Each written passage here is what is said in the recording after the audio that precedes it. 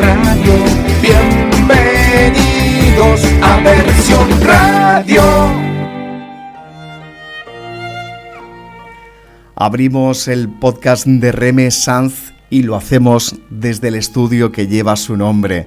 Desde el día 13 de febrero de 2022, ya sabéis que el estudio de Versión Radio lleva el nombre de esta gran amiga, locutora de radio de siempre, versionera principal entre todos los versioneros, porque además las muestras de cariño que se recibieron durante la realización del programa con motivo del Día Mundial de la Radio siguen, cosa que nos alegra. Pero ahora vamos a recuperar de nuevo el ritmo habitual de los podcasts que nos presenta todas las semanas Reme Sanz, a quien ya saludamos. Reme, bienvenida a tu podcast.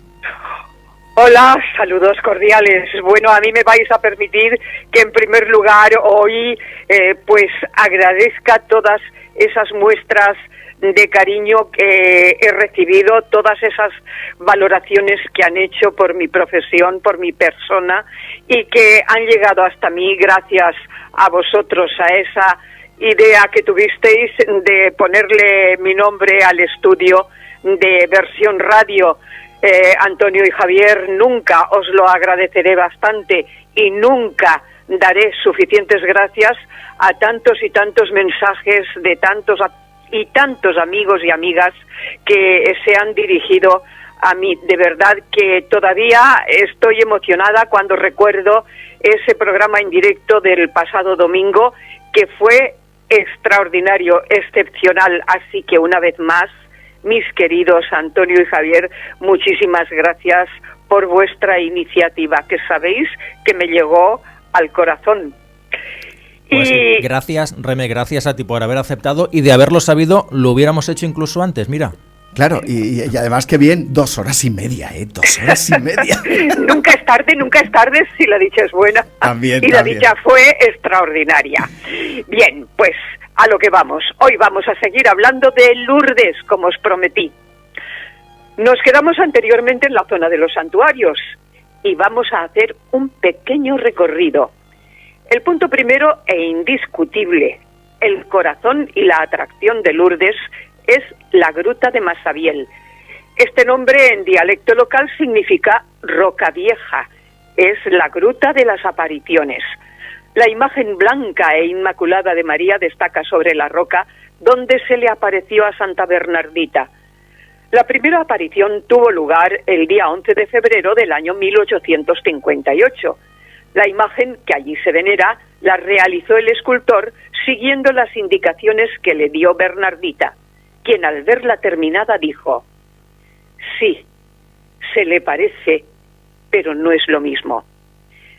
Fueron 18 las apariciones hasta el 16 de julio de 1858 y mañana, día 18, tuvo lugar, ahora hace 164 años, una de las más importantes, pues fue la primera vez en que la Virgen habló a Bernardita y le dijo: ¿quieres venir aquí durante 15 días? Yo no te prometo la felicidad en este mundo, pero sí en el otro. En cierta ocasión, Santa Bernardita dijo que la gruta era su cielo. En la aparición del 25 de febrero, Bernardita hace brotar el agua bajo la roca por indicación de la Virgen.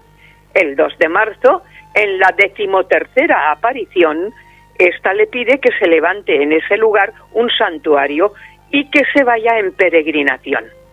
Y así nacieron los santuarios de Lourdes, que por orden de construcción son la cripta, la Basílica de la Inmaculada, la Basílica del Rosario y la de San Pío X, que es subterránea. La cripta fue la primera ante la necesidad de un lugar de culto por la afluencia de peregrinos. En realidad, la de la Inmaculada fue la respuesta a la petición de la Virgen. La cripta, la Inmaculada y el Rosario están construidas una sobre la otra. Su vista desde la explanada es espectacular. La de San Pío X, ya os he dicho que es subterránea, y podemos calificarla de impresionante. En ella se celebran las misas internacionales los miércoles y domingos. La cripta tiene la particularidad de que está excavada en la roca y se dice que el padre de Bernardita participó en las excavaciones. Estuvo dedicada a la adoración del Santísimo Sacramento y os aseguro que entrar allí era como encontrar un remanso de paz. En la última peregrinación que hice, el Santísimo Sacramento estaba expuesto en el nuevo santuario que se construyó al otro lado del río Gave y que tiene una capacidad aproximada de 5.000 personas. La principal característica de la Basílica de la Inmaculada son las vidrieras. Me gustaría que las vierais como las veo yo ahora en mi imaginación. En lo alto están representadas escenas bíblicas de la Inmaculada Concepción. Abajo, las 23 vidrieras relatan la historia de Lourdes desde la primera aparición. En la Basílica del Rosario se pueden admirar unos espléndidos y enormes mosaicos que representan los 15 misterios del Rosario. Todavía no estaban los de la luz. Fue inaugurada en el año 1889. La de San Pío X es colosal. Se consagró el 25 de marzo de 1958 y su cabida es de 27.000 personas. Y os cuento, un año yo canté en el coro que se formó para intervenir en la misa internacional. Sí, así como lo oís, yo canté en el coro. Resulta que Josefina Candela se enteró que pedían voces para cantar en la misa y me dijo que me presentara yo también. Y no recuerdo cómo, pero de pronto me vi junto al órgano con varias personas más ensayando los cantos de la misa. Os aseguro que nunca he vuelto a cantar un Kyrie, un Gloria y un Aleluya tan a pleno pulmón como lo hice ese día en Lourdes. El agua es otra de las grandes protagonistas en Lourdes. El agua descubierta por Bernardita durante la 9ª aparición el día 25 de febrero y que no ha dejado de manar desde entonces. Inmediatamente empezaron a producirse las primeras curaciones tras la inmersión en estas aguas. Un picapedrero que había perdido un ojo a causa de una astilla se aplicó agua de la gruta y por la noche el ojo derecho estaba completamente curado. Un niño llamado Justino es sumergido agonizante en el agua y recupera vida y salud. Así numerosos milagros hasta hoy. El 24 de abril de 1858 ya se llevaron a cabo las primeras obras para construir una piscina rudimentaria que recogiera el agua del manantial. Cuántas curaciones milagrosas en las personas que se sumergieron en ellas. Milagrosas porque no hay explicación científica para confirmar esas curaciones. El agua, después de una obra realizada que terminó en 1949, arrojaba un caudal de 17.000 a 72.000 litros diarios, dependiendo del periodo de sequía o abundancia. Se encanaló hacia un depósito construido bajo las basílicas que alimentan las fuentes del lado izquierdo y las piscinas, donde se bañan los enfermos y todo aquel que lo desee, al lado derecho. Los milagros de Lourdes son muchos. Además de los físicos, están los interiores, que no se ven, pero que se producen. En una de mis peregrinaciones le hice una entrevista a una persona de Elche, que me impresionó. Iba como voluntaria atendiendo a los enfermos, y me contó que el primer viaje que hizo a Lourdes fue con su hijo, que estaba enfermo. Sus palabras, al contármelo, me impresionaron. Me dijo que no se produjo la curación, pero que al volver, su hijo lo hizo aceptando su enfermedad irreversible con una gran serenidad y confianza. Tanto es así que era él el que le daba ánimos. Y cuando murió, esta madre coraje cogió las cenizas de su hijo, volvió con la peregrinación a Lourdes y las esparció por el monte del Vía Crucis, porque ese era el deseo de su hijo. Cerró la entrevista diciéndome que mientras ella pudiera, cada año iría a Lourdes, porque su hijo estaba allí. También tuve oportunidad de entrevistar a la hermana Begoña, que viajó en la peregrinación muy enferma y sin esperanza. Hermana Carmelita, que estaba entonces en Elche, hizo el viaje en camilla y empujada por sus hermanas de congregación. Tenía por su enfermedad unas llagas que había que curar cada día. La llevaron a las piscinas y cuando volvió al hospital y llegó el momento de la cura, le quitaron los vendajes de las mismas, vieron que habían desaparecido totalmente y quedaron, como podéis imaginar, sorprendidos. Al preguntarle yo si había tenido alguna sensación especial, me dijo que solamente sintió al entrar en el agua una especie de calor por todo el cuerpo y que desde luego ella había ido, en cierto modo, porque se empeñaron en llevarla, pero que por su parte no abrigaba ninguna esperanza. Fue a Lourdes en camilla y volvió caminando por su propio pie. Y termino este pequeño recorrido por los santuarios de Lourdes acercándoos al Vía Crucis. El ejercicio del Vía Crucis es uno de los momentos fuertes de la peregrinación. El recorrido serpentea alrededor de una colina que se levanta junto a la Basílica de la Inmaculada. El grupo de estatuas que componen las estaciones son de fundición de tamaño un poco superior al de una persona. Tienen 2 metros de altura.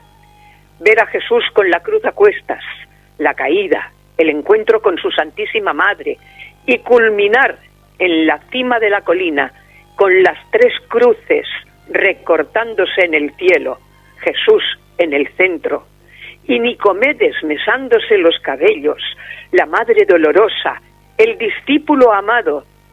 Es inenarrable la escena. En una de mis peregrinaciones dirigía el Vía Crucis mi querido e inolvidable sacerdote don Ginés Román. Y el chavalín que sostenía el megáfono no tendría más de 10 años. En un momento dado le escuché decir: aquí lloran hasta las piedras. Os podría contar mucho más, lugares dignos de ver.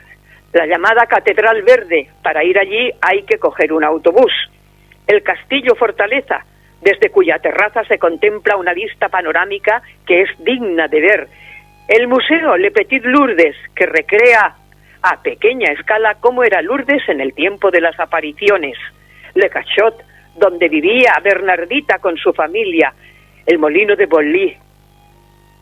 Y cómo no se me puede olvidar la procesión de las antorchas, miles de velas encendidas y el canto del ave de Lourdes iluminan la gran explanada en la oscuridad de la noche. Hay que estar allí para sentirlo y vivirlo. Pero todo eso lo dejo para que lo descubráis si alguna vez vais a Lourdes o lo recordéis si es que habéis ido ya. Yo termino diciéndoos que Bernardita profesó como religiosa junto con otras 43 novicias el día 30 de octubre de 1867 ante el obispo de Nevers y la Madre General de la Orden. Después de una larga y penosa enfermedad, murió a las 3 de la tarde el día 16 de abril de 1879. El 8 de diciembre de 1933, el Papa Pío XI proclama a Bernardita santa. Hoy, su cuerpo intacto y cubierto por una fina capa de cera para su conservación, se encuentra en la capilla del convento de Nevers en una urna de bronce y cristal. Nosotros nos despedimos de los santuarios de Lourdes saliendo por la puerta antes de llegar a la cual tendremos ocasión de despedirnos de la Virgen coronada que preside la gran explanada y cuya verja siempre, siempre está repleta de flores. Hasta el próximo día, si Dios quiere, versioneros y versioneras. Muchísimas gracias, como siempre, Reme. Menudo recorrido, menudo viaje hemos hecho a Lourdes contigo, con esa narración que nos has hecho en estos 2 podcasts que has dedicado a este santuario que tú muy bien conoces, visitando profesionalmente, que has tenido ocasión de entrevistar a tantas personas y con tantos testimonios que has recogido y que hoy nos has traído de nuevo a este podcast. Tantos viajes, tantas peregrinaciones. También con los señores obispos en cada peregrinación, pero es que imposible contarlo todo. Y además, Reme, como bien has dicho, participando en el coro. Eso está bien. ¡Ay! No podéis imaginaros que no se me puede olvidar ese momento. ¡Qué a gusto que canté! Y además, como os decía, a pleno pulmón, con el órgano sonando, las voces, en la inmensidad de esa basílica que sabéis que tiene la forma de barca, vuelta hacia abajo, y que 27.000 personas son muchas personas, ¿eh? Casi nada. Cierto. Menudo auditorio, ¿no? Para poder disfrutar del sonido y de todo lo que allí se concentra, sobre todo la fe mariana. Pues lo dicho, Reme, muchísimas gracias y hasta el próximo día. Hasta el próximo día, si Dios quiere.